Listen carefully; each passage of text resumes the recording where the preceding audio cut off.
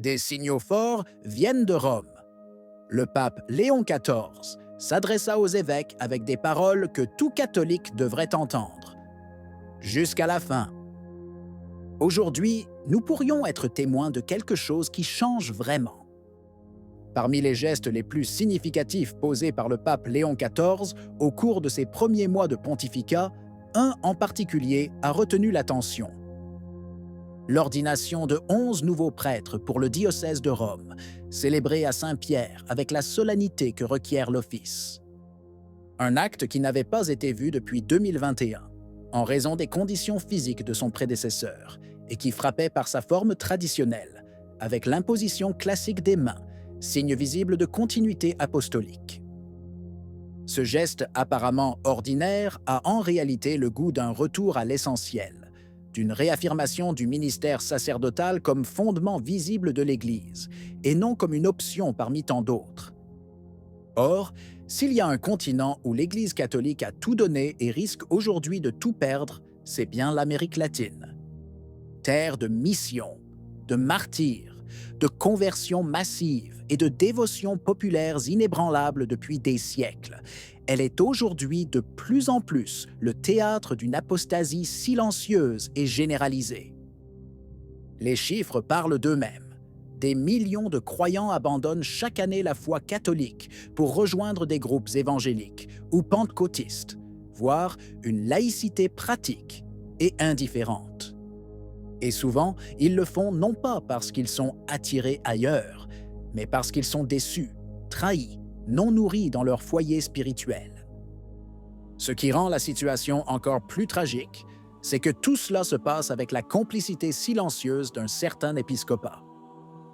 Des évêques formés dans des environnements imprégnés de théologie de la libération, d'anthropocentrisme liturgique et de compromis pastoraux qui ont cessé d'évangéliser. Certains se vantent, ouvertement, de n'avoir jamais baptisé d'enfants indigènes, comme si c'était un mérite de laisser des populations entières dans l'obscurité païenne par respect pour leur culture d'origine. Une pensée missionnaire bouleversée, qui n'annonce plus le Christ, mais le cache derrière des formules sociologiques. Et c'est dans ce climat qu'il faut situer le télégramme envoyé par le pape Léon aux évêques d'Amérique latine, réunis dans l'assemblée du Célam. Le pape n'a pas parlé de chemin synodaux, ni invoqué l'esprit du concile, ni fait référence à un vague discernement communautaire.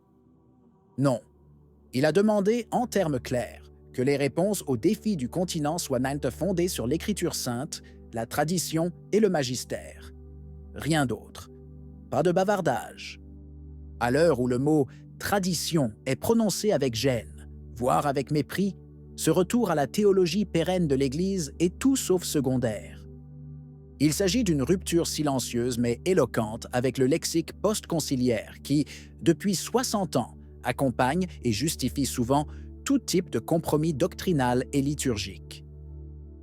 Il ne s'agit évidemment pas d'une proclamation de restauration, mais tout ne peut pas non plus être réduit à une coïncidence. C'est le deuxième message papal en quelques semaines où l'on respire un air différent, plus sobre, plus ecclésial, moins idéologique.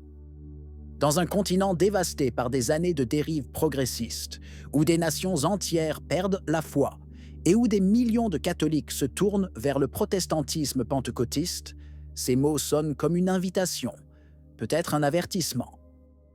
Le temps du dialogue comme fin en soi est révolu.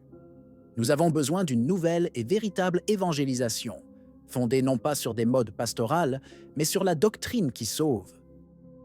Quelques jours après le télégramme au Célam, le pape Léon XIV adressa un second message, cette fois aux évêques de France. Et une fois de plus, il a surpris par sa sobriété, sa clarté et son contenu profondément catholique. L'occasion était le centenaire de la canonisation de 3 piliers de la spiritualité française, Saint Jean Eudes, promoteur du culte liturgique du Sacré-Cœur, Saint Jean-Marie Vianney, Saint Curé d'Ars, symbole du sacerdoce fidèle, et Sainte Thérèse de l'Enfant Jésus, qui, avec sa petite voix, enseigna la science de l'amour. Ces derniers temps, Des messages de ce genre se seraient transformés en éloges de la culture de l'accueil, de la fraternité universelle ou de la solidarité abstraite. Le pape Léon XIV a plutôt choisi de se concentrer sur un point essentiel et concret: l'amour profond, simple, fort et authentique pour Jésus, qui a animé la vie de ces trois saints et qui reste le cœur même de la mission ecclésiale. Mais il ne s'agit pas seulement d'un hommage commémoratif. Le pape, d'un ton sobre mais ferme, invite les évêques français à ne pas céder à un regret stérile du passé, mais à redécouvrir dans ces saints la force d'affronter les défis actuels: la déchristianisation généralisée, la crise des vocations, l'indifférence spirituelle. Et il le fait avec des mots forts. La sainteté ne naît pas du néant, mais jaillit de communautés chrétiennes vivantes, capables de transmettre la foi et d'enflammer l'amour pour Jésus. Une affirmation qui sonne comme un diagnostic. Si les saints ne naissent au plus, c'est parce que les communautés ne transmettent plus la foi. En arrière-plan, on sent un appel implicite mais évident. Réveiller la mission, non pas avec de nouvelles expériences pastorales, mais avec un retour à la source vivante de l'Évangile et de la tradition. Les trois saints mentionnés n'étaient ni des innovateurs ni des révolutionnaires. Ils étaient une expression fidèle de l'Église de tous les temps, chacun à sa manière, et leur pertinence réside précisément dans cela. Ils ont montré que la véritable réforme vient de la fidélité, non du changement. Le message se termine par une exhortation sincère à remercier Dieu pour les siècles de foi vécus en France et à ne pas laisser mourir cet héritage.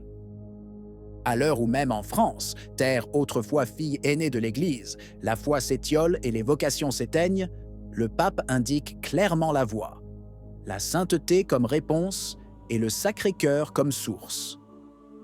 Et pourtant, et c'est là que la réalité devient exigeante, s'il y a un fait indéniable aujourd'hui, c'est qu'il y a des jeunes prêts à répondre à cet appel, mais encore bloqués. Il s'agit des séminaristes du diocèse de Toulon, formés dans la fidélité à la doctrine et à la liturgie traditionnelle, qui attendent l'ordination depuis des années, en raison d'un blocus imposé par Rome pendant le pontificat du pape François. Il n'y en a pas peu. Ils n'ont pas tourné le dos à l'Église. Ils se tiennent là, silencieux, fidèles, attendants. Maintenant que le pape lui-même appelle les évêques français à la beauté du sacerdoce et à la transmission de la foi, il est temps d'agir. Ces hommes représentent exactement ce que Léon XIV semble vouloir encourager: une génération sacerdotale enracinée dans la tradition et orientée vers la mission. Leur donner enfin la possibilité de servir le Christ sur l'autel ne serait pas un geste politique, mais un acte de justice ecclésiale. Nous en sommes encore au début, et il faut faire preuve de discernement. Mais un fait est évident: le pape Léon XIV rappelle clairement les piliers de la foi catholique: l'écriture, la tradition, le magistère. Pas de fioritures, pas de slogans. Il est trop tôt pour tirer des conclusions, mais le signal est bon. En fin de Rome, des mots qui sonnent catholiques. Qu'en penses-tu? Si vous avez aimé la vidéo, commentez. Amen. Que Dieu te bénisse.